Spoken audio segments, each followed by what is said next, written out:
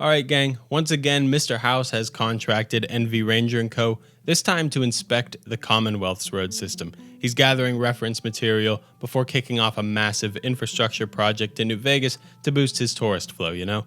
I went ahead and reached out to my good buddy Nate for some help navigating the area. He'll take any excuse he can get to put off looking for his son, so he took me up on the offer. He's going to give me a tour in his very own car. I had to let his giant dog sit on my lap though, because he gets car sick if he sits in the back. I can relate. First thing he wanted to do is show me the highways in the Commonwealth, and oh boy, do I have news for you. This Boston highway system is an absolute nonsensical nightmare. There's quite a bit to discuss here. And yes, a lot of this highway system is wrecked from the war. We'll try and look past that and imagine how it might have functioned before the bombs fell. Honestly, it seems a lot more accessible now than it ever was in the pre-war. Let's take a closer look. We'll begin up here in the northeast, where a stretch of highway enters the map from this corner and runs down to the Boston airport. This highway, if you notice, is disconnected from every other highway in the area. You'll notice on the map we have some of these highways named, and this is based off of a different video where we looked on the highways and where they might have led to beyond the map of Fallout 4.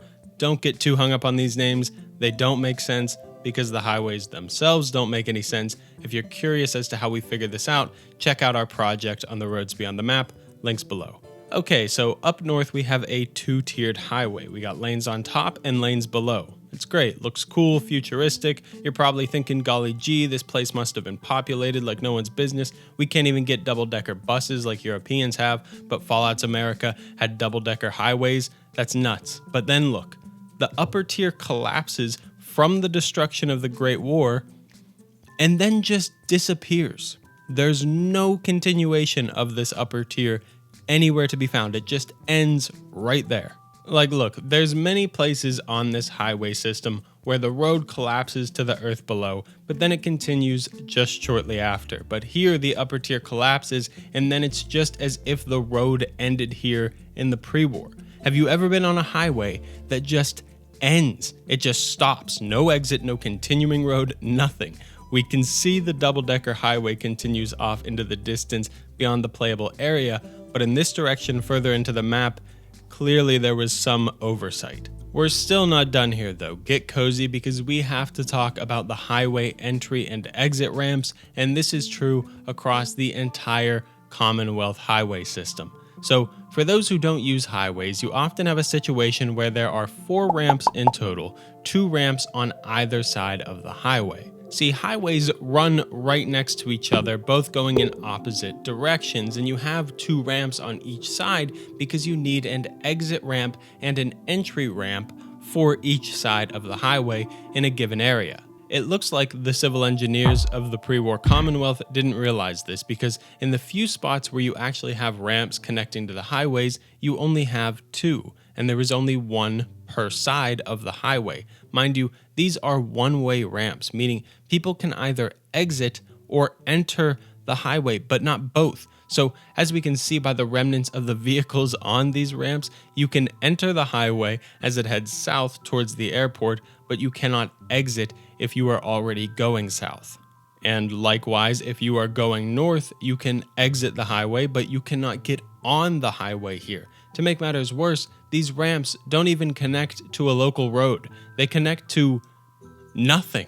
I know, the world blew up and all that, but other ramps throughout the map usually connect to a local road or at least have a spot where we can see some sort of intersection or connecting point, but these do not. I have no idea what road you would be going to. It looks like you'd get off the highway and be off-roading through the woods. Then we still have to revisit the matter of that upper tier highway, because how the hell were people getting on or off of it? There are no ramps that connect to it here. Was it airlift access only? A secret enclave skyway? This is infrastructure for people with vertibirds, not Toyotas. Keep that in mind because we'll dig into it more later on. Luckily, we have the Parsons State Insane Asylum right next to us for me to toss myself into, just in case I lose my mind looking at this system. Now let's continue south down the highway towards the airport. Again, we only have 1 ramp per side, which is actually okay in this instance because the highway just ends here, so people have to get on or off of it, not both.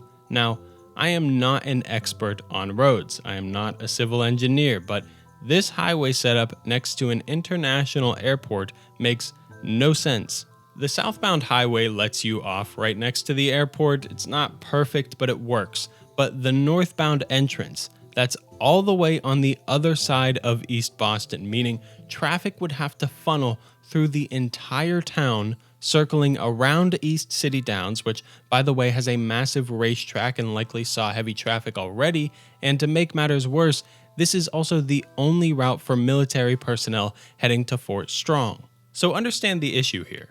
Everybody flying into Boston, this massive economic hub, has one lane and a long path that wraps through a residential town to get to the nearest highway. That is a traffic nightmare. We're talking bumper-to-bumper gridlock through East Boston all day, every day. Sure, some folks could just walk, but what about the 97-year-old Granny No-Knees O'Donnell trying to pick up her buff-out prescription? Tough luck, Granny. That's 6 hours in traffic to move 4 blocks. By the time her roid rage kicks in, people will be praying for the bombs to finish the job. You all get your bets in? I sure did. So this next road we have labeled as I-93 enters the area parallel to the one we last looked at. You'll notice on the map that it has no entry or exit points until you're nearly on the other side of the city. We'll mark those with red dots. If we proceed south, we can take a look at the interchange over Lexington. First off, there's no way to get on or off the highway here. If you're trying to merge, you'd have to detour all the way out to Rocky Narrows Park. This is a campground well beyond the urban area just to access the interstate, because nothing says modern urban planning like forcing commuters through a forest preserve just to get to their 9 to 5. Lexington is a massive commercial center. You have a super duper mart here, the Corvega assembly plant, huge apartment buildings and so on, but no highway access. In fact, throughout the entire urban Boston area, there are 2 points for you to get on the highway. That would be right here near the harbor at the interchange and then back at the Boston airport, which, as we discussed, is disconnected from all of the other highways. This portion of the highway downtown is the only spot where we have all 4 ramps, so each side of the highway has an exit and an entrance. I also need to mention that based on the real-life system, there should be a highway that runs through a tunnel connecting downtown to the airport, being the Ted Williams Tunnel, but this does not appear to exist in-game. Believe me, I drained the whole ocean, picked through every grain of sand to find a road, a sign, anything. But nope, no tunnel. They have isolated the airport from the major economic hub that is downtown Boston. Genius. Anyway, headed back in the direction we originally were over near Lexington, if we go further west, we will make our way to another potential entry point near the Nuka World Transit Center. Great, makes sense. This allows people to take the interstate to get here, but remember, Nuka World was added to the game after these roads were already designed. Pardon my fourth wall breaking, but it has to be done right now. They put an intersection here with traffic lights. It's like, all right, great, good job, but they didn't remove the guardrail on the highway. So there is no way for you to get off of the highway and to the Nuka World Transit Center, or get on the highway to leave the transit center. To make it worse, this is the only road to or from the Nuka World Transit Center.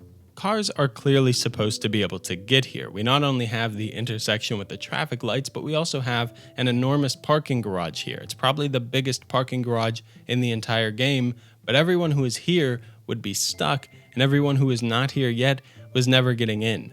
And it's not that the highway collapsed and shifted. There is no portion of the highway that doesn't have the guardrails. They just didn't update the model with one that implements an intersection when Nuka World was added to the game.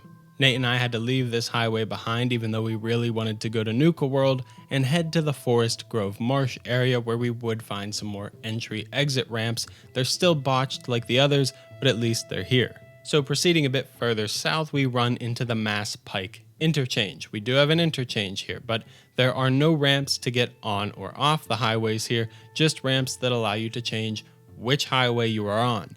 The problem is, the highway running north-south is a double-decker. The highway running perpendicular to it, east and west, is not. So if you're on the upper tier of that north-south highway, you can't switch onto the east-west highway like the tier below you can. Nearby, we also have the town of Natick over here. There are no ramps that connect to the highway and no roads that leave the area in the direction of the highway. This is very strange. There's no outbound road out of this town. You would have to go back to Forest Grove Marsh to get on the highway. It's just incredibly inefficient. It almost seems purposeful. Was the Commonwealth a police state? Were citizens trapped in the areas they were living in? Is there something I don't understand about this world?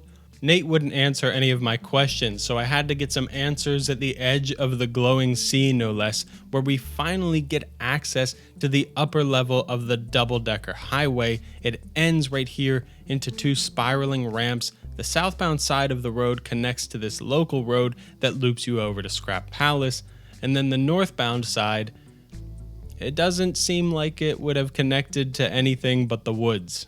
Similar situation that we had to the northeast ramps up near the Parsons State Insane Asylum.